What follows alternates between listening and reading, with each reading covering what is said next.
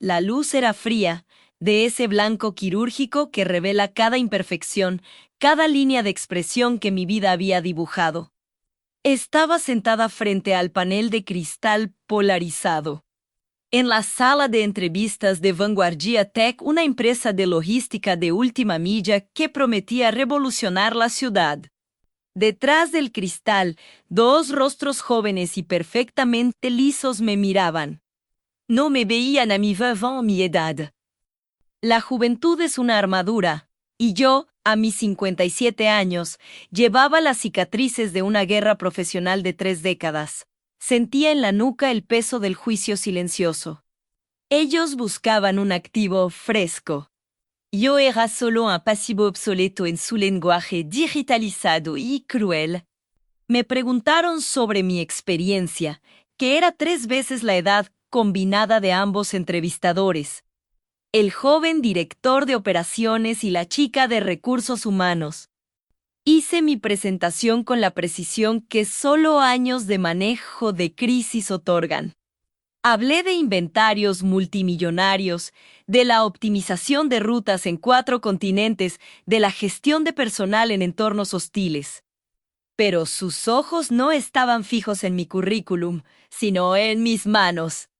Manos que habían construido imperios, ahora temblaban levemente, no por miedo, sino por el esfuerzo de mantener la compostura bajo esa presión inhumana. El director, un hombre llamado Mateo, con una barba perfectamente recortada, se inclinó. Su voz era condescendiente, suave como el algodón, pero punzante como el vidrio. Señora Elena, dijo, pronunciando mi nombre con una pausa que sonaba a excusa, su trayectoria es intachable. Pero, honestamente, Vanguardia Tech es una empresa con una visión no tradicional. Buscamos energía que se alinee con las redes sociales, con la inmediatez de la cultura, Stat. La palabra salió, limpia y sin piedad. Gracias, señora, le avisaremos. La cortesía vacía, el rechazo era absoluto. La burla oculta en la cortesía era un puñal que se hundía en el último rincón de mi esperanza. Me levanté, sintiendo el suelo temblar bajo mis pies. Mientras recogía mi portafolio, hice algo que no pude evitar. Observé el escritorio de Mateo. Entre las pantallas de gráficos de ventas, noté un detalle minúsculo, casi ridículo, pero que mi ojo entrenado capturó al instante: una pila desordenada de facturas de transporte urgentes y un tazón lleno de pastillas para el dolor de cabeza. Aquello no cuadraba con la imagen de eficiencia que proyectaban. Había un secreto en esa oficina, una fisura en su fachada de éxito. Pero lo que ellos no sabían es que justo en ese momento, mientras me descartaban por mis arrugas y mi supuesta falta de visión moderna, la crisis secreta de su empresa, el problema que devoraba sus ganancias día tras día y que nadie en su burbuja de juventud entendía, estaba a punto de ser resuelto. No por un algoritmo, no por un joven graduado con 3 maestrías, sino por la mujer que acababan de tirar a la calle. El sonido del ascensor bajando, ese murmullo metálico, me devolvió a la cruel realidad del exterior. No era la primera puerta que se cerraba en mi rostro en los últimos meses, pero esta se sentía más pesada, más simbólica. La arrogancia de la juventud, el culto a lo efímero, había dictado mi sentencia. Mi nombre es Elena Valdés. Y hasta hace solo 2 años, yo era una sombra respetada en el mundo de la logística y la administración internacional. Había dirigido almacenes tan grandes como estadios de fútbol, negociado contratos en idiomas que ahora casi olvido, y mi nombre era sinónimo de resolución. La vida, sin embargo, tiene maneras crueles de reescribir tu currículum.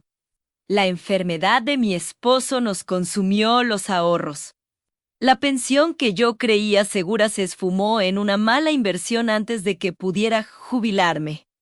Y de repente, la experiencia se convirtió en un lastre, no en un activo. A los 50 y tantos, el mercado laboral te trata como un fantasma profesional. Tienes todo el conocimiento, pero nadie quiere ver tu cara. El sol de la tarde en la calle de asfalto hirviente de la ciudad era un contraste brutal con el aire acondicionado helado de vanguardia. La humillación me picaba la garganta. El orgullo es un lujo que no puedes pagar cuando la nevera está vacía y el alquiler vence en 2 semanas. Esa mañana, al salir de mi pequeño apartamento, me miré en el espejo. Las arrugas estaban ahí, por supuesto. Eran mis mapas de batalla. Cada línea alrededor de mis ojos era el recuerdo de una negociación tensa, una noche sin dormir resolviendo un problema de inventario o una risa genuina. Pero también vi el fuego de una mujer que no se rinde, que sabe que su valor no se mide en píxeles ni en filtros de Instagram. Necesitaba ese empleo, no solo por el dinero, sino por la dignidad, por el derecho a seguir existiendo en un mundo que adora la juventud superficial. Cuando salí del edificio de Vanguardia Tech, la recepcionista, una chica de 20 y pocos con cabello de color fantasía, apenas levantó la vista de su celular. Señora, el ascensor es por allá. Espero que tenga suerte, como si encontrar trabajo fuera un sorteo y no una prueba de valor. Mientras caminaba hacia la parada del autobús, pensaba en mi vida, en las veces que un error sutil, casi oculto, había costado millones a las empresas que me contrataron. Un detalle que solo los ojos entrenados con décadas de fracasos y éxitos pueden percibir. Ahora, por culpa de mis arrugas, esos ojos estaban condenados a la oscuridad, a mirar los autobuses pasar. El calor de la tarde se adhería a mi piel. El portafolio de cuero, que alguna vez fue símbolo de respeto y poder, ahora era un peso muerto en mi regazo. Cada parada del autobús era un recordatorio de las distancias que tenía que recorrer físicamente y emocionalmente. Había enviado 58 currículums en las últimas 4 semanas. Recibí 3 llamadas. Las 3 terminaron de la misma manera la voz amable, pero firme, diciéndome que mi perfil era excelente, pero siempre era mi fecha de nacimiento. Me encontré entrando a lugares donde sabía que no me contratarían, solo por la esperanza desesperada de que alguien viera más allá del envoltorio. Una boutique de ropa de lujo, una cafetería moderna con baristas tatuados. En un restaurante de alta cocina, pedí hablar con el gerente para solicitar una posición administrativa nocturna. Me dijo que el personal que atendía debía proyectar una imagen fresca y dinámica para mantener la atmósfera juvenil.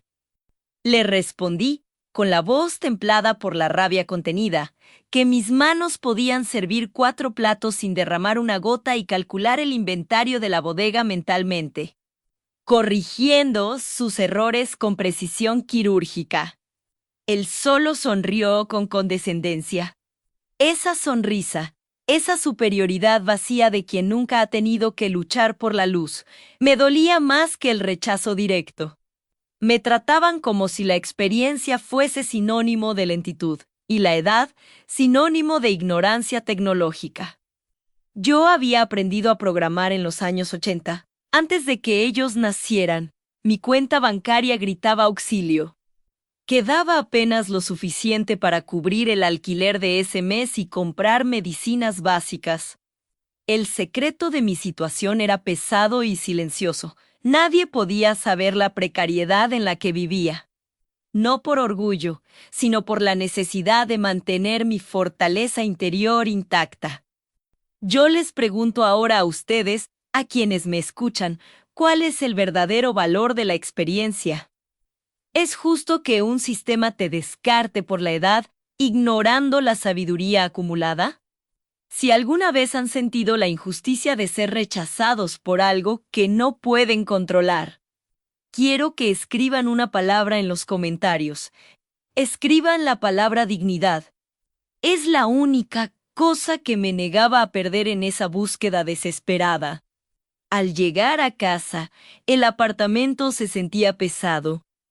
Mi esposo, Carlos, estaba en el sofá, cubierto por una manta fina, la respiración agitada. Había mejorado, sí, pero la convalecencia era lenta y costosa. Le mentí, le dije que la entrevista en Vanguardia Tech había sido prometedora, que solo faltaban unos trámites. No podía añadir esa angustia a su recuperación. Te ofrecieron un buen sueldo. Me preguntó con un hilillo de voz. Excelente, cariño. Muy bueno, mentí, sintiendo el sabor amargo de la desesperación. Solo están verificando referencias. Me senté junto a él, fingiendo tranquilidad, mientras mi mente corría a 1000 por hora, buscando soluciones imposibles. La realidad era que, si no conseguía un trabajo pronto, incluso un trabajo de medio tiempo que no requiriera mi vasta experiencia, estaríamos en la calle en cuestión de semanas. La frustración de no poder usar mis talentos era asfixiante. Era como tener un motor Ferrari encerrado en un chasis de carro destartalado. Decidí que la estrategia de las grandes corporaciones de jóvenes CEOs era inútil. Necesitaba buscar un nicho. Algo donde la edad no fuera un demérito, sino un requisito. Pensé en pequeñas empresas, en negocios familiares tradicionales que valoraran la lealtad y el conocimiento tácito. A la mañana siguiente, con el poco dinero que me quedaba, imprimí 50 folletos. No eran currículums, sino propuestas. Decía Elena Valdés. Resolveré su problema oculto. Si su negocio no está funcionando al 100% y no sabe por qué, yo sí lo sé, era un acto de soberbia desesperada, lo admito. Pero era la única forma de obligarlos a ver mi valor antes de ver mis arrugas. El primer lugar al que fui fue una antigua panadería artesanal en el centro, la Casa del Buen Pan, famosa por sus croissants, pero que últimamente parecía vacía. El olor a levadura fermentada y a mantequilla quemada llenaba la calle. Un aroma dulce y melancólico. El dueño, un hombre robusto de unos 60 años llamado don Ricardo, me recibió detrás de la caja registradora, limpiando sus gafas con un paño de cocina. Buenos días, señora, un café. Gracias, don Ricardo. Soy Elena y no vengo a comprar. Le extendí mi folleto. Él lo leyó lentamente, frunciendo el ceño. Resolveré su problema oculto. ¿Qué clase de problema?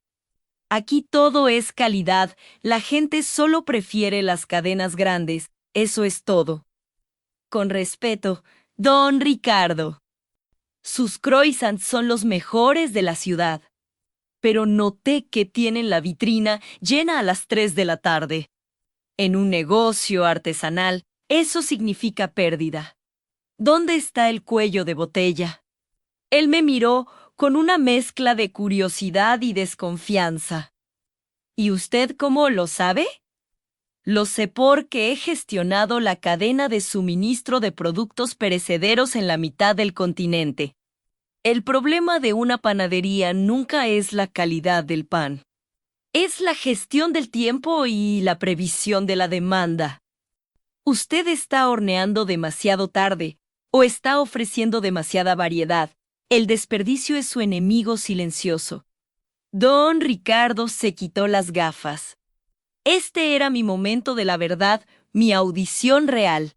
Señora, dígame honestamente, ¿cuántos años tiene usted? La pregunta era inevitable, el escollo final. Tengo los años suficientes para saber que una panadería artesanal nunca debe usar más de 3 tipos de harina. Y los suficientes para saber que su panadero principal está usando la misma receta de su abuelo sin ajustar la humedad de la temporada. Él se rió, una risa áspera que venía del vientre. Usted es atrevida. ¿Y qué me ofrece? Le ofrezco 2 semanas de mi tiempo, gratis. Si al final de esas 2 semanas no hemos reducido su desperdicio en un 20% y aumentado su rotación a la hora pico, No me paga un centavo. Si lo consigo, solo me paga un porcentaje de lo que le ahorré. Don Ricardo reflexionó. Parecía sopesar el riesgo de aceptar la ayuda de una mujer cuya edad le inspiraba respeto, pero cuyo método le parecía demasiado directo. Me di cuenta de que, por primera vez en meses, no estaba siendo juzgada por mi apariencia, sino por mi propuesta. Acepto, dijo finalmente. Pero si me equivoco, solo me costará 2 semanas de café y unos cuantos croissants. Esa tarde me sentí extrañamente satisfecha. Era un trabajo informal, sin contrato, sin sueldo fijo, pero era un inicio. Mi estrategia había cambiado. En lugar de buscar un empleo, buscaría resolver problemas específicos y cobrar por la solución. La primera noche en la panadería fue reveladora, no fue glamoroso. Tuve que llegar a las 4 de la mañana. El frío de la madrugada se metía en mis huesos. El único sonido era el golpeteo rítmico de la amasadora. El panadero, un hombre joven, musculoso y algo gruñón llamado Miguel, me miró con desdén. ¿Viene a supervisar?, me preguntó con sarcasmo. ¿La consultora de mediana edad? Vengo a mirar, Miguel. No a supervisar, vengo a aprender de su arte. Y si aprendo de usted, quizás podamos hacer que su arte le dé más ganancias a don Ricardo y a usted más paz. Pasé las primeras 72 horas en la panadería observando cada movimiento, cada gramo de harina que se desperdiciaba, cada vez que Miguel tenía que recalentar el horno. El problema era mucho más profundo de lo que don Ricardo había admitido. Miguel y sus ayudantes eran artistas, pero no administradores. No tenían un sistema. El ciclo de horneado estaba mal sincronizado con la llegada de los clientes matutinos. El producto perfecto salía media hora, después de que la mayoría de los oficinistas se hubieran ido. Además, descubrí otro problema, un secreto de logística interna que nadie había notado. Usaban un proveedor de huevos que entregaba los productos 1 hora antes que el proveedor de mantequilla, creando un desajuste en el flujo de trabajo y forzando a Miguel a improvisar constantemente. Improvisar es el asesino silencioso de la eficiencia. Durante el día, cuando volvía a casa para cuidar a Carlos, seguía enviando mis folletos a otros pequeños negocios. Sabía que la panadería era solo un parche. Necesitaba un ingreso estable. Mi mente, sin embargo, no podía dejar de pensar en Vanguardia Tech, en Mateo, el joven director engreído, y la pila de facturas de transporte urgentes. Había algo profundamente defectuoso en su sistema. Si ellos, con toda su tecnología y su visión moderna, tenían que pagar por envíos urgentes constantemente, significaba que su modelo predictivo de logística era un desastre. Era un misterio empresarial. Y mi mente vieja y experimentada, ansiaba resolverlo. La panadería me dio la confianza que necesitaba. A los 7 días, después de ajustar las recetas y la cadena de suministro interna, el desperdicio de don Ricardo se redujo en un 25%, superando mi promesa inicial.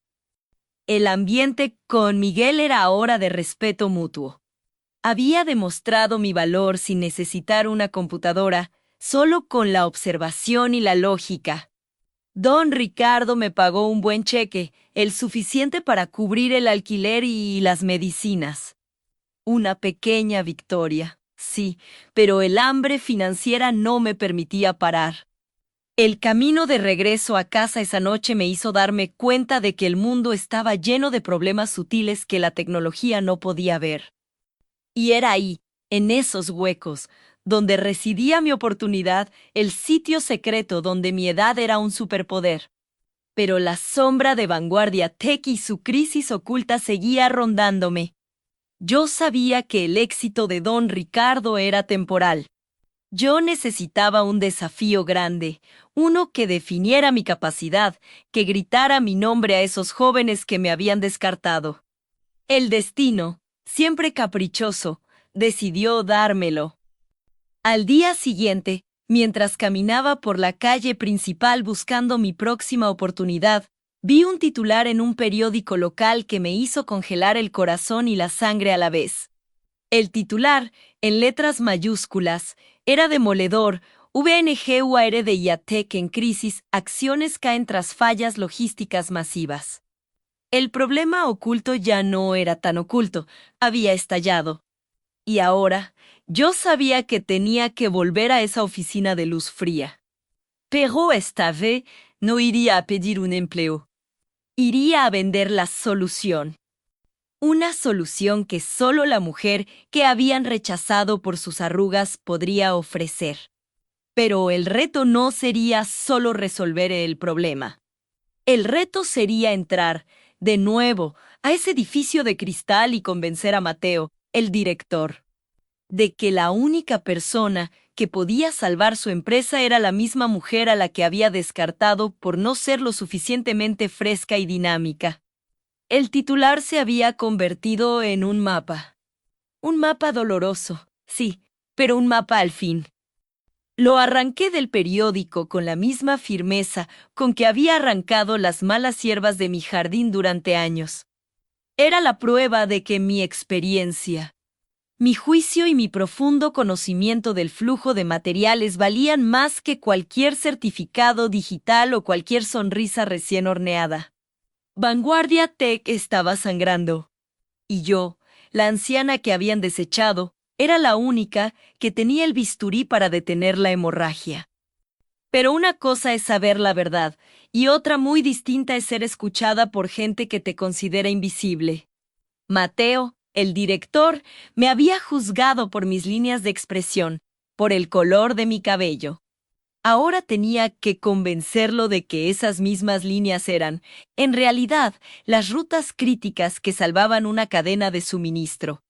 La primera barrera no era el problema de logística. La primera barrera era el sistema de seguridad en la planta baja de ese edificio de cristal. No podía simplemente aparecer. Necesitaba una estrategia, algo que me hiciera ver como una proveedora de soluciones de alto nivel, no como una solicitante de empleo desesperada. Mi apartamento se convirtió en un cuartel general, necesitaba datos. El artículo hablaba de fallas masivas, pero yo necesitaba el origen, oculto, de la falla. Llamé a la única persona que sabía que no me colgaría, Elena. Elena había sido mi mano derecha en la división de carga refrigerada hace 20 años. Era leal, discreta y, lo más importante, seguía conectada a la red de chismes de la industria. La llamé a una cabina telefónica, lejos de cualquier rastro digital. Mi voz, normalmente suave, sonaba tensa. Elena, soy yo, Elsa, necesito que me hables de Vanguardia Tech. Hubo un silencio al otro lado de la línea, un silencio cargado de sorpresa y cautela. Elsa, ¿dónde te has metido? Escuché que habías aplicado allí. Lo siento mucho, sé lo que vales. Lo sé, querida. Pero ahora tienen un problema, ¿verdad? El periódico lo confirmó. Un problema, dice. Elsa es un desastre. La aplicación que compraron, ese algoritmo de rutas inteligentes que iban a revolucionar el transporte de última milla, está falando catastroficamente. El aire en la cabina se sintió más frío. Yo ya lo sospechaba. Los jóvenes siempre buscan la solución más limpia, la más teórica, la que se ve mejor en una presentación de PowerPoint. Pero la logística real es sucia, ruidosa y está llena de variables humanas y ambientales. Dame los detalles, Elena, el algoritmo que ignora. Ignora lo que tú nunca ignoraste. Elsa ignora los microclimas regionales. El algoritmo optimiza para velocidad y combustible promedio, asumiendo que el clima en un radio de 100 kilómetros es uniforme. Pero tú y yo sabemos que en esta ciudad, la diferencia entre la neblina costera y el calor del valle puede ser de 3 horas en el tiempo de entrega de productos perecederos. Están perdiendo millones en producto caducado. Lo entendí de inmediato. Era un error de principiante, vestido con tecnología de punta. Es por eso que las arrugas son importantes, Elena, porque cada arruga es una ruta fallida que aprendiste a corregir. Sé que tienes algo planeado. Elsa, cuídate mucho. Esa gente no juega limpio. Colgué el teléfono, sintiendo el peso de la información. Ahora no solo tenía el diagnóstico, sino también el porqué del rechazo. Habían descartado el conocimiento orgánico a favor de la inteligencia artificial superficial. La noche que siguió fue la noche de la preparación. En lugar de descansar, me dediqué a organizar mis pensamientos en un argumento irrefutable. No tenía carpetas elegantes ni proyectores. Solo una libreta Moleskine desgastada y mi pluma de confianza. Necesitaba 2 cosas, una apariencia de autoridad y una frase gancho. Rebusqué en el fondo del armario. Encontré un traje sastre gris que había usado en la última conferencia antes de mi retiro forzoso. Estaba pasado de moda y ligeramente polvoriento, pero lo planché con esmero. El planchar liberó el aroma de los viejos triunfos, un perfume de confianza. Me miré al espejo. La mujer que me devolvió la mirada estaba cansada, sí, pero sus ojos estaban encendidos por la batalla. El cabello era indomable, pero lo recogí en un moño estricto. La profesional estaba de vuelta. A la mañana siguiente, me dirigí al monstruo de cristal. El contraste era brutal.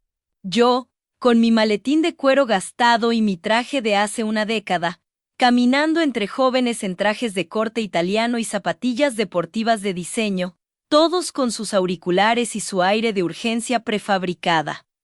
Justo antes de cruzar el umbral, me detuve. Una duda moral me golpeó. ¿Estaba usando el sufrimiento de una empresa para mi propio beneficio, para demostrar que tenían un error? ¿O estaba ofreciendo una ayuda indispensable que, de paso, me rescataría de la ruina?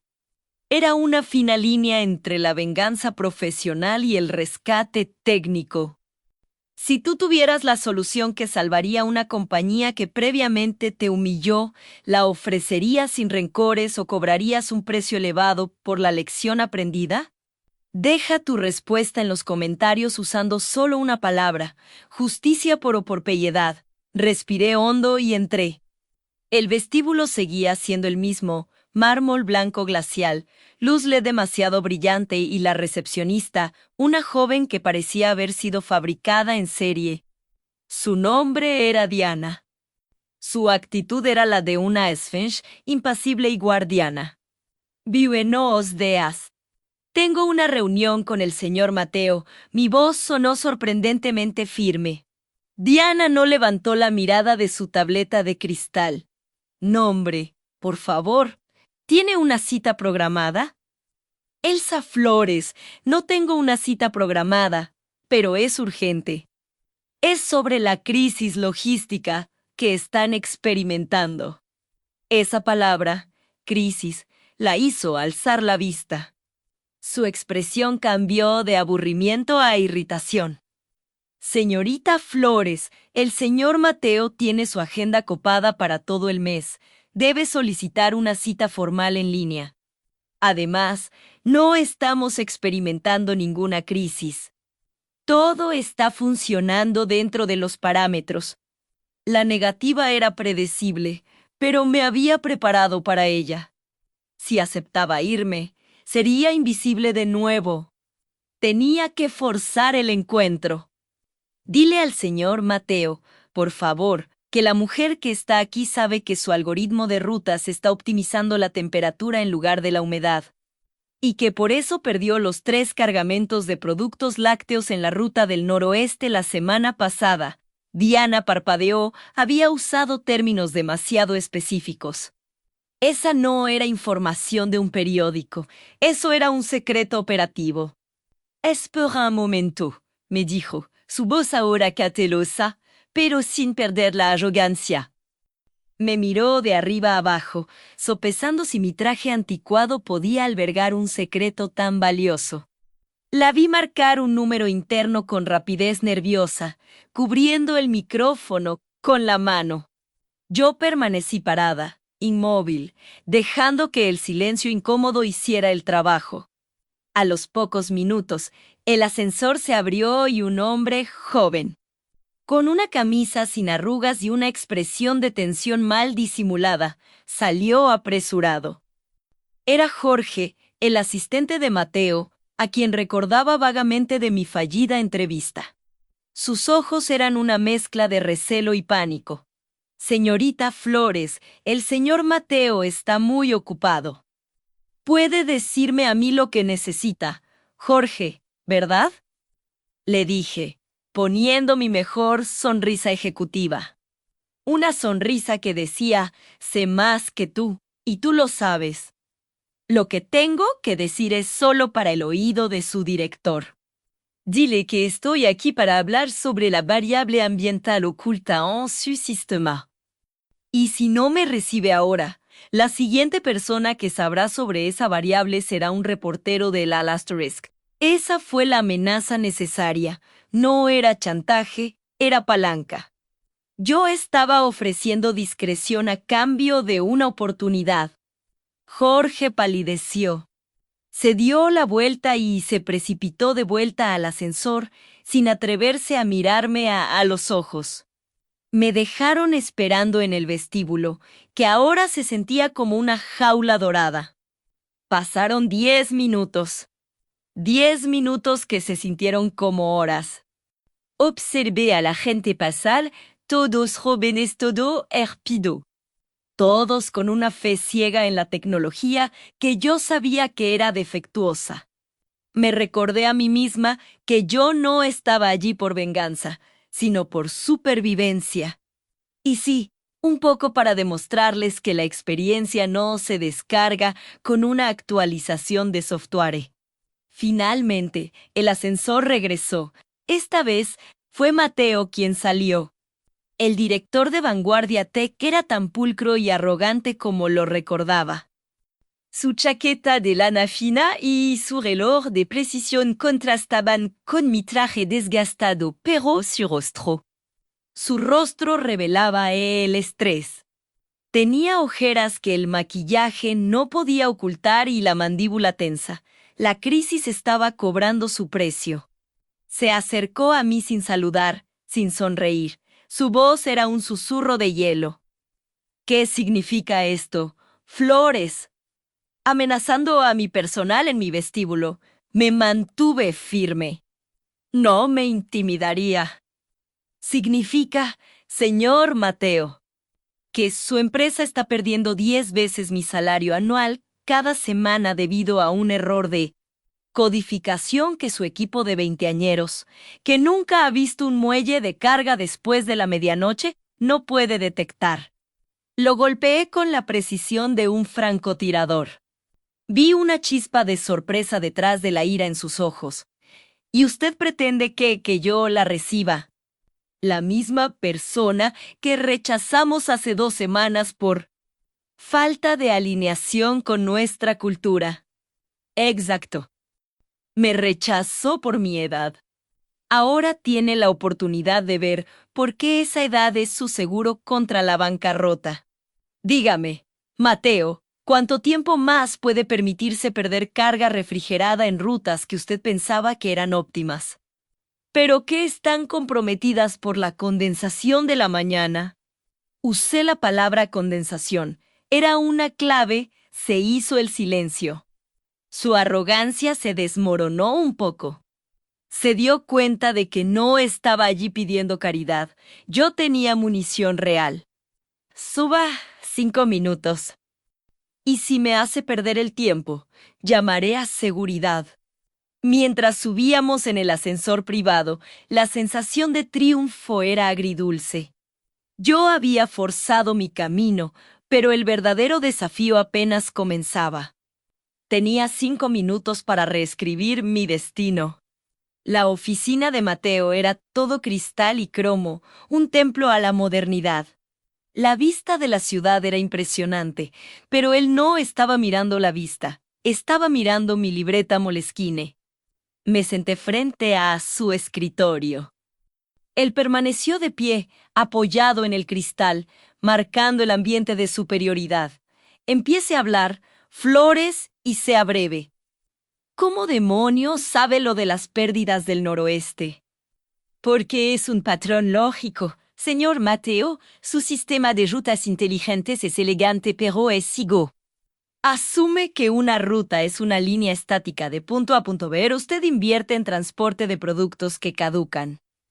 No puede ignorar que, a ciertas horas del día, la masa de aire frío que entra del mar ralentiza el tráfico, aumenta la fricción en el asfalto y, fundamentalmente, hace que el motor de refrigeración trabaje más, agotando la batería auxiliar antes de llegar a destino. Su código busca eficiencia de combustible. El código que usted necesita busca estabilidad climática local. Mateo dejó de apoyarse en la ventana. Se enderezó lentamente. La frialdad se había reemplazado por la duda. Nuestros ingenieros pasaron 6 meses ajustando el algoritmo.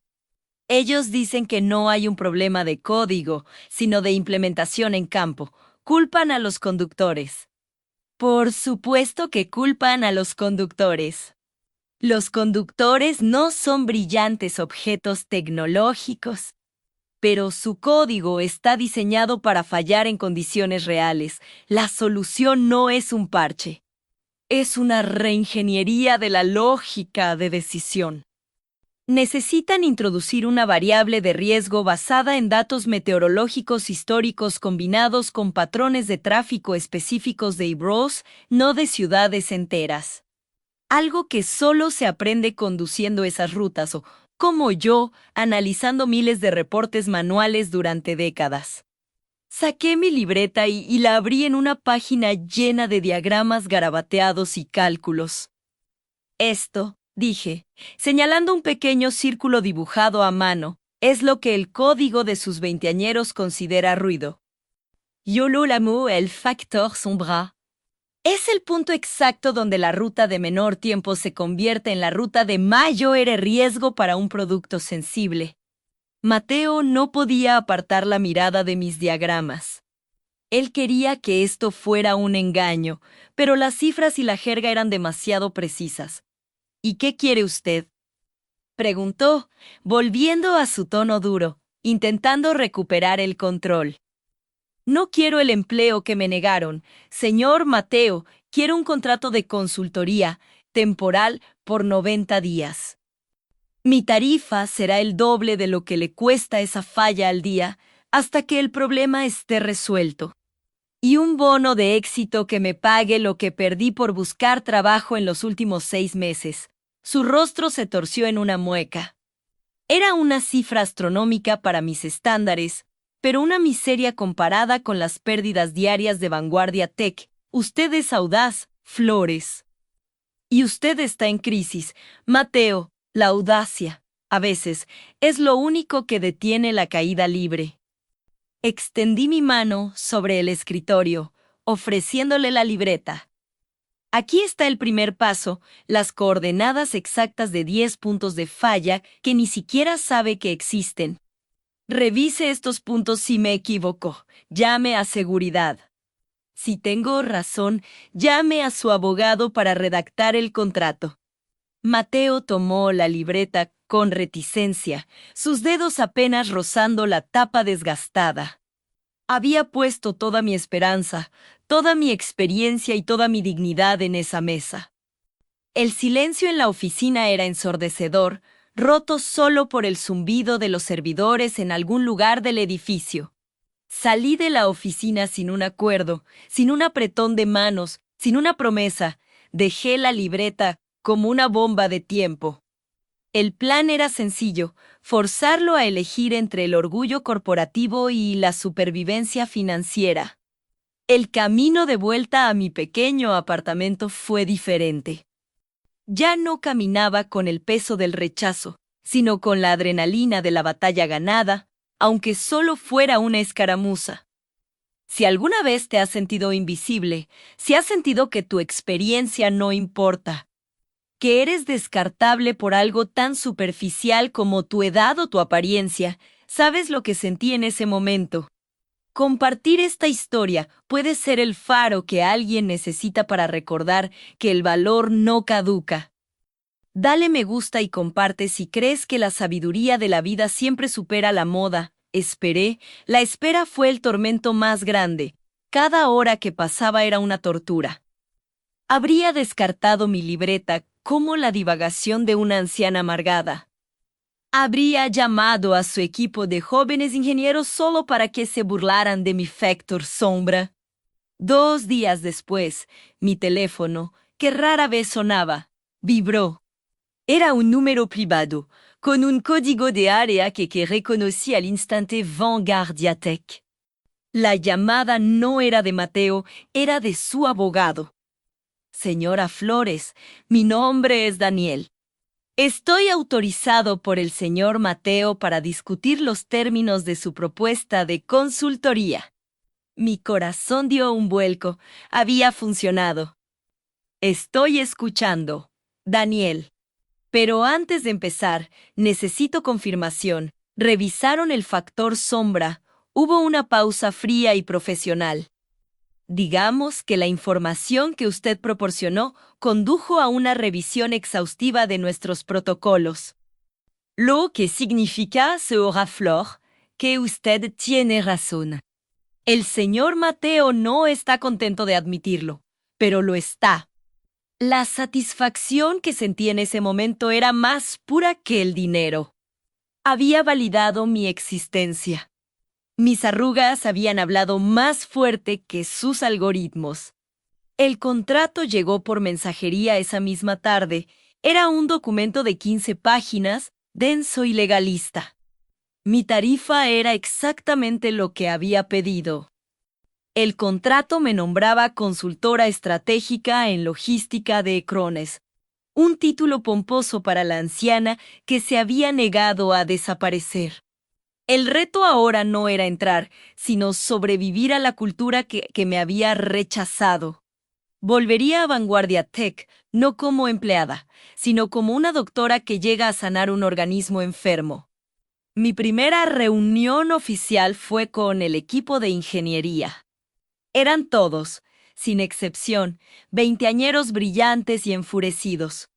Me miraban como si fuera un virus. El líder del equipo era un chico llamado Alex. Tenía gafas de montura gruesa y un aire de superioridad intelectual que solo la juventud puede permitirse. «Bienvenida, señora Flores», dijo Alex, con un tono condescendiente que rayaba en la burla. «Esperamos que pueda alinearse con nuestros flujos de trabajo ágiles. Entendemos que su experiencia es manual. Mi experiencia, Alex, es rentable», le respondí con calma, sentándome en la silla de la cabecera. Dejé mis lentes de lectura sobre la mesa, un gesto calculado que simbolizaba la miopía de su enfoque. «Hemos revisado su hipótesis sobre el factor sombra», continuó Alex, tecleando furiosamente en su portátil. «Es interesante desde un punto de vista histórico, pero la solución real es inyectar más datos climáticos en tiempo real. No podemos basarnos en suposiciones de hace 20 años.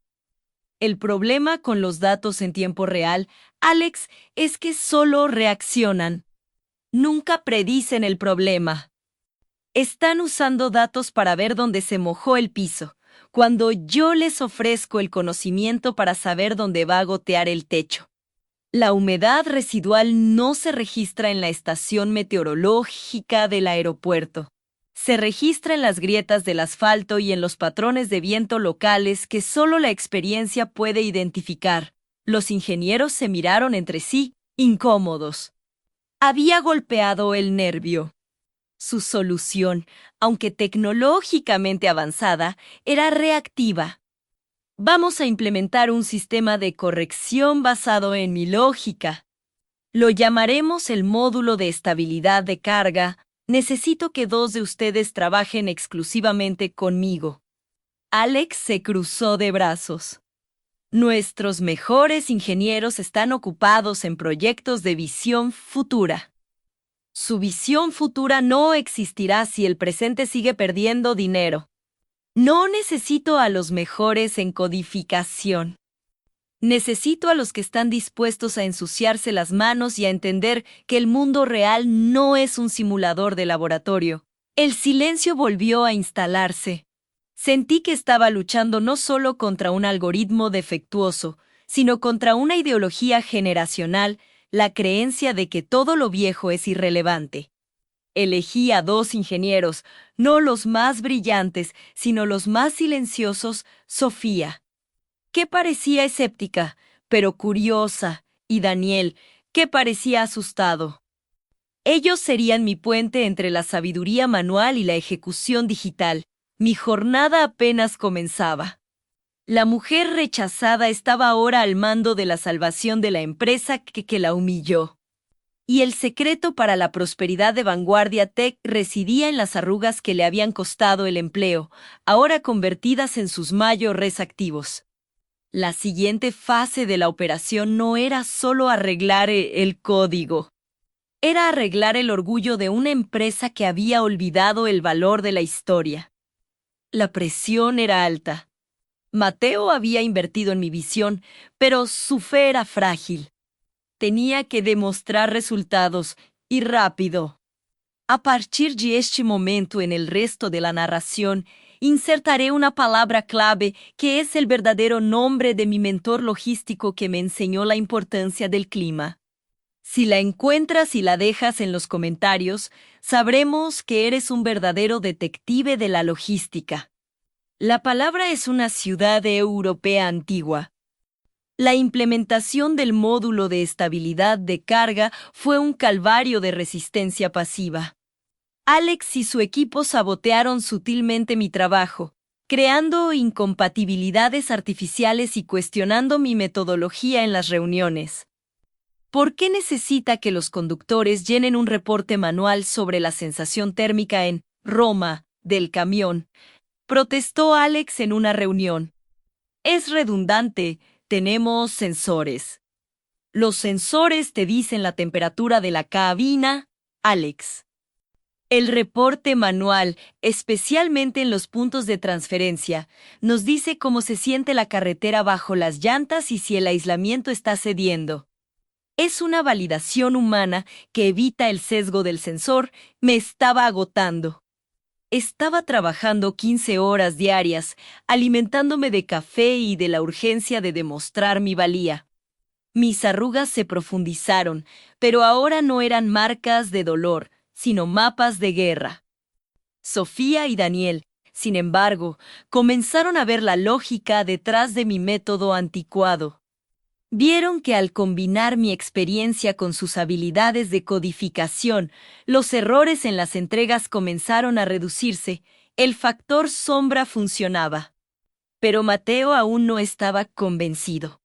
Necesitaba un milagro, un evento que probara, de forma definitiva, que la sabiduría superaba la arrogancia. Y la oportunidad, como suele suceder en los documentales de alto riesgo, llegó en forma de desastre natural inminente. Llegó en forma de desastre natural inminente. El aire en SAP se congeló. No por la climatización, sino por el anuncio en la pantalla principal.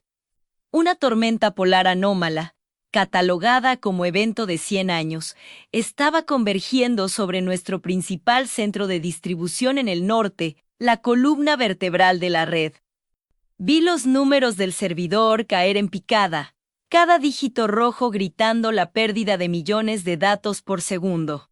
Mateo entró en la sala, con una calma forzada que solo amplificaba su terror. Llevaba el peso de la compañía en la mandíbula apretada. Mis arrugas se tensaron. Había visto ese miedo antes, en los rostros de los ingenieros cuando las tuberías reventaban bajo presión y no solo los algoritmos. Esto era real, físico. Sofía gritó, su voz apenas audible sobre la cacofonía de las alertas: el sistema de contingencia está fallando. Mateo, la velocidad del hielo está superando el límite de reajuste predictivo. Se está autodestruyendo. Mateo se acercó a su estación, sus ojos fijos en el código que fallaba. Me ignoró por completo. Reinicien los servidores virtuales a Ibarra-Aislamos el segmento de Red 7, la prioridad es la migración de datos. No el control del hardware, ordenó, su voz cortante como el cristal. Me di cuenta de inmediato de su error. Estaba tratando la tormenta como un problema de software. Yo sabía que la naturaleza no acepta parches. Me levanté, mi silla rechinando en el silencio momentáneo que siguió a la orden. Mateo, estás equivocado. El problema no es la migración. El problema es la resonancia. Se giró hacia mí, sus ojos fríos, cargados de la misma vieja incredulidad. Luisa, esto es una operación de alta velocidad que requiere precisión algorítmica. Tu factor sombra no sirve de nada contra el hielo. Por favor, vuelve a la revisión de la estructura de datos menor. La humillación me golpeó. No como un dolor agudo, sino como la sensación lenta y aplastante de ser de nuevo invisible. Me estaba jugando todo por un instante de sabiduría que él catalogaba como superstición. No es superstición, dije, manteniendo mi voz baja y firme, forzándolo a escuchar. Los sensores están mintiendo. El algoritmo solo está viendo la velocidad del viento, no el punto débil. Ese centro de datos se construyó sobre cimientos inestables hace 15 años. La vibración de la tormenta, amplificada por el frío extremo, está creando una fisura imperceptible en la fibra óptica principal. Si reinicias la red ahora, con esa fisura activa, la sobrecarga hará que explote todo el segmento. Tendremos una pérdida total. Daniel, que estaba tecleando frenéticamente a mi lado, levantó la mirada, con el pánico en los ojos. Fisura. ¿Cómo sabes eso? Porque el patrón de caída de voltaje no es aleatorio. Es rítmico, es físico. Es el sonido de una infraestructura vieja pidiendo ayuda, un sonido que el código limpio de veinteañeros no está entrenado para escuchar, respondí. Mateo golpeó la mesa, el ruido resonando en la sala. Suficiente. No voy a poner en riesgo $1,000 millones basándome en tu intuición de la vieja escuela. Es irrelevante. Luisa, necesito código. Reinicia ahora. El pánico de Sofía se convirtió en una determinación silenciosa. Ella me miró. Era la prueba de fuego. ¿Seguíamos al código o al mapa de arrugas? No lo hagas, Sofía, supliqué, mi voz cargada de la experiencia de años de desastres evitados por milagro. Dame 3 minutos. Necesito acceso a los registros de mantenimiento arquitectónico. Los manuales originales, no la versión digitalizada y optimizada. La documentación sucia, Mateo tomó el control del teclado principal. No hay tiempo para arqueología empresarial. Luisa, el reloj está corriendo. En 60 segundos, reiniciaré, sentí el frío del fracaso. Si él reiniciaba, no solo perderíamos el centro de datos, sino que yo perdería la única oportunidad de demostrar que la experiencia humana es el último cortafuegos contra la arrogancia tecnológica. Sofía, desafiando directamente a Mateo, abrió una ventana secundaria de comandos. Era un acto de traición que podía costarle su carrera. ¿Qué estás haciendo, Sofía?, preguntó Mateo, furioso. Estoy buscando los archivos de diseño original del sitio, señor. Los manuales que Lai consideró redundantes y archivó como ruido, dijo ella, sus dedos volando sobre el teclado. Daniel se unió a la rebelión. Yo estoy desviando el tráfico de baja prioridad. Luisa, tienes menos de 1 minuto. ¿Qué buscamos exactamente? Buscamos el secreto oculto en la infraestructura. Daniel, dije, acercándome a sus monitores. No busquen en los registros de fallos de la red. Busquen en los registros térmicos. Quiero el historial de las MIRS en el subsuelo del edificio de distribución donde el algoritmo solo revisa los límites externos. Nosotros vamos a buscar el corazón. Mi corazón latía al ritmo de la alarma. Sentí como la adrenalina limpiaba la fatiga acumulada de meses. Mi mente, que había tardado en procesar los nuevos códigos. Era ahora rápida y precisa para recordar la debilidad de un edificio que yo ni siquiera había pisado, pero cuya historia operativa conocía. Mateo estaba a punto de presionar la tecla fatídica. 10 segundos para el reinicio. Ahí está, gritó Sofía, encontrando un documento PDF de 1998, cargado con diagramas de cableado obsoletos y anotaciones escritas a mano. Me incliné sobre el monitor, mis ojos, entrenados durante décadas en planos azules y papel amarillento, captando lo que la IA había descartado. El cableado de fibra principal pasa por la sala de bombas en el nivel 3 del subsuelo, señalé con un dedo tembloroso. Aquí. Vean esta anotación a lápiz. El sistema de drenaje de condensación en esa sección nunca se actualizó. El algoritmo asume que el drenaje funciona perfectamente, pero si está saturado con el frío que está llegando, se formará hielo exactamente en el punto donde se cruzan las líneas principales. Daniel procesó la información con una rapidez sorprendente.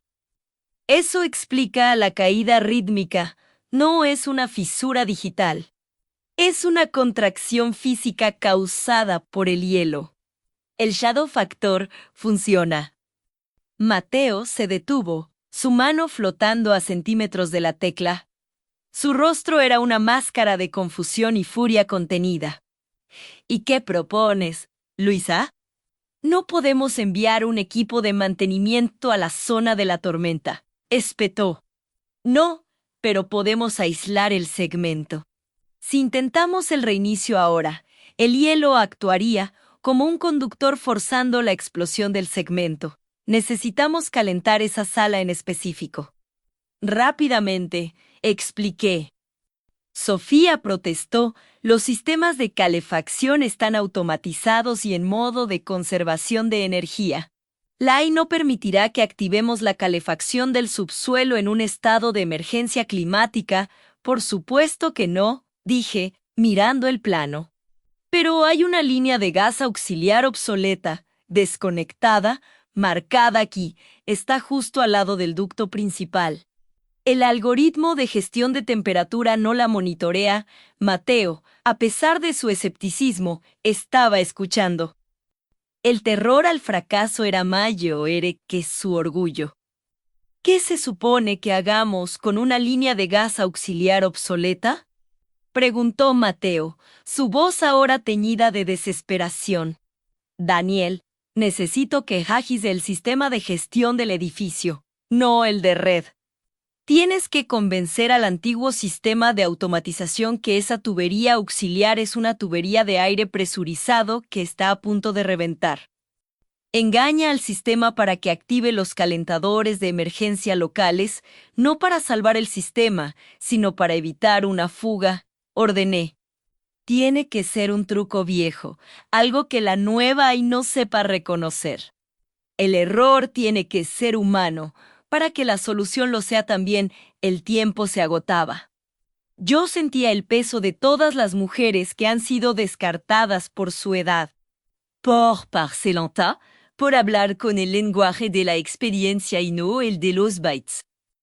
En ese momento, no era solo mi trabajo lo que estaba en juego, era la validación de una generación. Quiero hacer una pausa aquí, un momento de verdadera conexión para todos ustedes que se sienten invisibles. Si en este momento estás luchando por demostrar tu valor en un mundo que solo parece recompensar la velocidad y la novedad, si sientes que tu experiencia es un lastre y no un mapa, recuerda esto: la edad no es una fecha, es una fortaleza. El conocimiento acumulado es un poder silencioso. Si alguna vez te han dicho que eres demasiado viejo para aprender o demasiado lento para competir, escribe la palabra fortaleza en los comentarios. Necesitamos recordarnos mutuamente que cada arruga es un logro. Volvamos al caos. Daniel trabajó como un poseso. Sus dedos eran un borrón de movimiento mientras introducía comandos que resonaban con la complejidad del engaño. Mateo observaba, su rostro pálido bajo la luz fría de las pantallas. El silencio fue roto por un pequeño pitido verde en la esquina de la pantalla de Daniel. «Lo hice», susurró Daniel. El sistema cree que hay una fuga de presión inminente. Está desviando todo el calor residual disponible hacia el subsuelo. Don es una solución temporal. Pero el hielo debería comenzar a ceder en menos de 60 segundos. Sentí un alivio tan profundo que casi me hace caer. «Sofía, ¿qué dicen las métricas de vibración ahora?», pregunté. Ella consultó su monitor. «Están cayendo. Ligeramente. La resonancia se está atenuando». Mateo se acercó a mí, su tono ahora cambiante, de la arrogancia a una cautelosa admiración. «Luisa, si tienes razón, acabas de salvar la operación. Pero si te equivocas, ¿perdemos el tiempo precioso que teníamos para el reinicio?». «No me equivoco, Mateo, yo sé lo que el hielo le hace al metal y a la fibra». Su arrogancia es que cree que puede codificar la ley de la física con un parche, respondí sin rodeos. Pasaron los 60 segundos más largos de mi vida. Vimos la curva de las métricas de caída estabilizarse, lentamente, con la resistencia de una persona que vuelve del desmayo, estabilizado. Gritó Sofía, el segmento de está en línea. La fisura se ha cerrado lo suficiente para permitir la transferencia segura. Mateo respiró hondo, un sonido gutural de pura liberación. Se volvió hacia Daniel. «Reinicia los servidores AIB en secuencia, con aislamiento parcial del segmento 7, ahora». La secuencia de reinicio, esta vez, fue limpia. Los números rojos se convirtieron en verdes. El zumbido constante de la sala volvió a ser el sonido productivo del trabajo, no la sirena de emergencia. El centro de datos se salvó. Miles de millones de datos fueron preservados. La compañía SIAP sobrevivió a su desastre natural inminente, no por la perfección de su IA, sino por la imperfección humana que supo leer el ruido. Mateo me miró fijamente. No dijo nada durante un largo minuto. Su expresión era una mezcla de derrota profesional y reconocimiento obligado. Finalmente, su voz fue baja, casi un murmullo. «Luisa, ¿cómo pudiste saber lo del drenaje de condensación? ¿Lo recordabas de alguna obra anterior?». «No, Mateo, lo que recordaba es que los atajos en la construcción siempre terminan costando más tarde», le expliqué. «Tu algoritmo no ve la ética de la construcción. Dios. Lo que tu sistema descartó como ruido en el PDF de 1998 era el factor sombra que te dije. La historia de los errores humanos. Y esa historia solo se leía en papel viejo y en los mapas grabados en mi cara. Ese día, la dinámica cambió por completo. La victoria no fue solo salvar el servidor, fue salvar mi dignidad. Pero, irónicamente, la victoria trajo consigo un nuevo y peligroso desafío. Mateo, aunque derrotado, seguía siendo el CEO, y su ego tecnológico no se rendiría tan fácilmente. Él necesitaba una explicación racional, cuantificable, para el milagro. Y mientras él me miraba, con un nuevo respeto teñido de miedo, yo sabía que mi trabajo apenas estaba comenzando. Yo había probado que la sabiduría era útil. Ahora tenía que probar que era indispensable. Tenía que codificar la experiencia, y eso era un secreto mucho más difícil de descifrar que un viejo plano de construcción. El verdadero juego de ajedrez apenas estaba comenzando. Mateo anunció una reunión de emergencia para el día siguiente, exigiendo la documentación completa de cómo el factor sombra había identificado el fallo antes que sus modelos predictivos de vanguardia. Quería desmantelar mi intuición, exponerla, y si era posible, integrarla en su propio código para que la edad no fuera necesaria la próxima vez. Pero hay cosas que la lógica binaria no puede replicar. Y yo estaba a punto de demostrarle que la sabiduría no es un algoritmo que se pueda copiar y pegar. El siguiente paso en mi jornada sería el más difícil: definir lo indefinible y proteger el secreto de mi valor. El verdadero juego de ajedrez apenas estaba comenzando. Mateo no quería mi ayuda. ¿Qué era mi alma? Quería despojar mi intuición de su contexto, reducir mi vida a una línea de código que pudiera ejecutarse sin el inconveniente de una mujer. Mayo era que recordaba el olor del óxido antes de que las máquinas lo registraran. La presión en la sala de juntas, al día siguiente, era física, como el aire denso antes de una tormenta de verano. Yo estaba en el Lumie, sentada en una mesa de ébano pulido, rodeada de pantallas brillantes que mostraban complejos modelos de riesgo que, irónicamente, acababan de fracasar estrepitosamente. Mateo me miraba fijamente, con sus ojos color hielo pidiendo una fórmula, un heck. Mateo, señora Martínez. Aprecio la eficiencia con la que identificó la falla. Pero la casualidad no es replicable. Necesito la documentación del factor sombra. Necesito el algoritmo que produjo la alerta antes que nuestros sistemas de modelado predictivo. El término factor sombra me pareció ridículo, casi mítico. Ellos lo habían bautizado así porque no podían verlo. Para mí era simplemente la realidad. Mateo, usted está pidiendo el mapa del tesoro. Yo le digo que el tesoro no está en el mapa. Mateo suspiró, irritado. Se inclinó sobre la mesa, poniendo las manos enguantadas de poder sobre la superficie fría. Mateo, necesito la metodología, no una metáfora, señora. Estamos hablando de una inversión de miles de millones de dólares. No podemos basar la seguridad en la sensación de una persona. Por muy acertada que haya sido esta vez, sus palabras eran lanzas. Me recordaron el rechazo, las entrevistas en las que mi experiencia era vista como un peso muerto, no como una armadura. Sabía que si entregaba una explicación simplista, sería despedida con un agradecimiento y una palmada en la espalda, y mi descubrimiento sería integrado y rebautizado. Pero yo ya no era la mujer que temía ser invisible. Mis arrugas eran las líneas de un diagrama de flujo que ellos no podían leer. Usted tiene razón, Mateo, no puedo darle un algoritmo. Porque no existe un solo algoritmo. Lo que yo encontré es el resultado de la suma de 10,000 fracasos que usted nunca ha visto. Me levanté, caminando lentamente hacia la pantalla principal, donde aún se proyectaban los datos crudos del fallo estructural que amenazaba el proyecto. Sus modelos se basan en la perfección teórica, en la resistencia ideal del material, en la temperatura estándar, en la pureza del cemento. Sus modelos son hermosos, jóvenes y limpios. Toqué la pantalla, sintiendo el frío del cristal bajo mis dedos.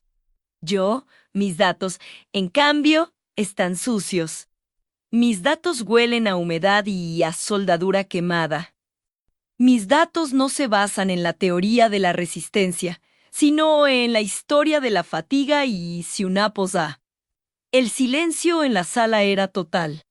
Los jóvenes ingenieros, que al principio me miraban con escepticismo, ahora estaban tensos.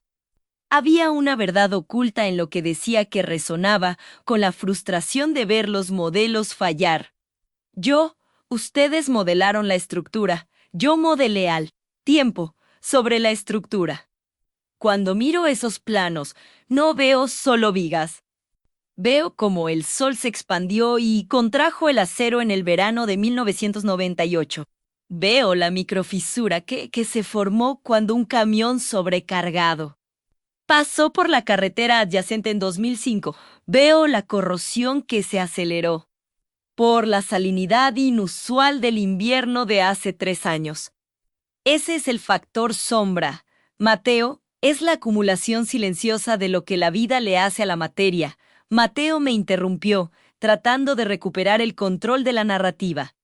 Mateo, eso sigue siendo intuición, señora Martínez. Necesitamos cuantificarlo, y eso es lo que vengo a hacer. No a codificar mi memoria, sino a enseñarles a por alimentar sus modelos con una clase de datos que han ignorado, los datos contextuales. La historia oculta de los materiales presenta entonces mi propuesta. No era un algoritmo, sino un nuevo proceso de auditoría. Lo llamé el protocolo de experiencia acumulada OPA. La clave para encontrar el factor sombra no fue mi experiencia, sino mi capacidad de saber dónde mirar. Sus sensores leen la temperatura. Yo sé que una diferencia de 2 grados en un punto específico, combinada con un nivel de vibración particular en una mañana de niebla, indica un 80% de probabilidad de fatiga estructural en esa junta. Sus máquinas registraron las variables. Yo registré la combinación fatal. Les mostré una serie de fotografías que había tomado durante mis visitas a la obra. Fotos que mostraban sutiles decoloraciones en el concreto, patrones de polvo inusuales en las esquinas de los soportes y, lo más importante, la ubicación precisa de la microfisura que el radar de penetración terrestre había pasado por alto. Este pequeño detalle, señalé la fisura, que parecía una vena diminuta y seca, fue el primer lugar donde yo busqué. ¿Saben por qué? Mateo, ahora genuinamente interesado, negó con la cabeza. Porque hace 20 años, en un proyecto similar en el puerto de Veracruz, vi exactamente el mismo patrón de fisura, causado por la misma combinación de vibración y un tipo específico de agregado en el concreto que se usó en aquella época. El fracaso de Veracruz me enseñó la lección. Esa lección no está en sus bases de datos, está aquí, toqué mi 100. Este era mi punto de virada. No estaba mendigando un puesto. Estaba redefiniendo el valor de la edad en un mundo obsesionado con la velocidad. Mateo se reclinó en su silla, su postura arrogante cediendo a una mezcla de asombro y frustración. Mateo, así que usted propone que integremos su memoria al equipo de riesgo. Yo propongo que revaloremos la experiencia como una forma de Big Data orgánico. Una máquina puede procesar 1.000 millones de datos por segundo. Yo puedo filtrarlos, identificando los 3 datos que realmente importan, basándome en 4 décadas de errores y éxitos. Es velocidad contra profundidad. Les presenté un plan detallado para entrenar un equipo en mi metodología de observación contextual, algo que requeriría meses, pero que a la larga haría sus modelos inexpugnables. No podían copiar mi experiencia, pero podían aprender a valorar el proceso que la generaba. La reunión duró 3 horas más. Discutimos sobre la implementación, el presupuesto y, por supuesto, mi posición dentro de la empresa. Al final, la decisión de Mateo fue reveladora. Él no me dio un puesto de consultora temporal. Me ofreció algo que no esperaba, un título que reconocía la naturaleza indefinible de mi aporte, directora de Resiliencia Histórica. Mateo, señora Martínez, usted no es una empleada, usted es el cortafuegos humano de esta corporación. Su trabajo no es analizar el futuro. Es asegurar que no repitamos los errores que ya pagamos con sudor y dinero en el pasado. Bienvenida a bordo, sentí una oleada de alivio, pero más que eso, de vindicación. No se trataba solo de mí, era una victoria para todos aquellos a quienes el sistema había descartado por tener canas. Pero el juego no había terminado del todo. Faltaba un detalle crucial en mi presentación, una pequeña prueba de retención para aquellos que miraban con atención, un secreto que ni siquiera Mateo notó. Este es un mensaje cifrado para ti, que has llegado hasta este punto del metraje. Concentrado en cada detalle, durante mi exposición. Mientras hablaba de la lección aprendida en Veracruz, llevaba una pequeña pulsera de cobre en mi muñeca derecha. Esa pulsera no es solo un adorno. Es un trozo del cable que falló en aquel proyecto de hace 20 años, mi amuleto de la humildad, un recordatorio constante de que la materia siempre encuentra una forma de doblegar la soberbia humana. Si tú, que me escuchas, sabes el significado oculto de los fracasos, quiero que comentes la palabra clave, cobre, justo ahora. Para saber quién realmente entiende que la sabiduría se construye con los escombros de lo que no funcionó. Mi nueva oficina no estaba en la torre de cristal con vistas panorámicas, sino en el corazón del centro de datos, cerca del rugido silencioso de los servidores. Yo lo preferí así. Quería estar donde el Big Data se encontraba con la realidad terrenal. Mi primer encargo fue simple pero profundo entrenar al equipo joven en la observación no binaria. El primer día, un joven y brillante analista llamado David, de solo 25 años, vino a mi escritorio. Estaba frustrado. David, señora Martínez, he leído todos sus apuntes. Dice que la fatiga estructural se detecta por el sonido que no debería estar allí. ¿Qué significa eso? No es un dato medible, sonreí. La juventud, tan brillante y, sin embargo, tan sorda a los matices. Yo, David, ¿sabes cuál es la diferencia entre el ruido y el sonido? El ruido es una molestia, el sonido es información. En un túnel de ventilación hay siempre un zumbido constante, ¿verdad? David, sí, el de los extractores, yo, exacto. El sonido que no debería estar allí no es un estruendo. Es la ausencia. Es el silencio de un extractor que está a punto de fallar, que se detiene por una fracción de segundo. O el clic metálico que se repite cada 14 segundos, que no está en el patrón de vibración normal. Tus máquinas lo registran como una pequeña anomalía. Yo lo registro como una advertencia de muerte. Le expliqué que el verdadero secreto de la longevidad en cualquier campo no es solo acumular conocimiento, sino desarrollar un oído tan fino para el desequilibrio que lo detecta antes de que se convierta en crisis. Esto no se enseña en la universidad, se aprende viviendo y fallando. La ironía de todo esto era maravillosa. Fui rechazada por mis arrugas, el mapa visible de mi historia, y ahora era contratada precisamente por la información codificada dentro de ellas. Mi jornada me había enseñado la lección más dura y dulce. El valor no se devalúa con el tiempo, sino que se destila. Muchos de ustedes que me escuchan ahora están en una situación similar. Tal vez se sienten invisibles. Tal vez creen que su experiencia ya no es relevante en este mundo de algoritmos y pantallas táctiles. Permítanme decirles que eso es una mentira peligrosa que el sistema quiere que crean para mantenerlos dóciles. No dejen que su historia sea reducida a una fecha de nacimiento. Sus errores pasados no son fracasos. son los cimientos de su próxima gran victoria.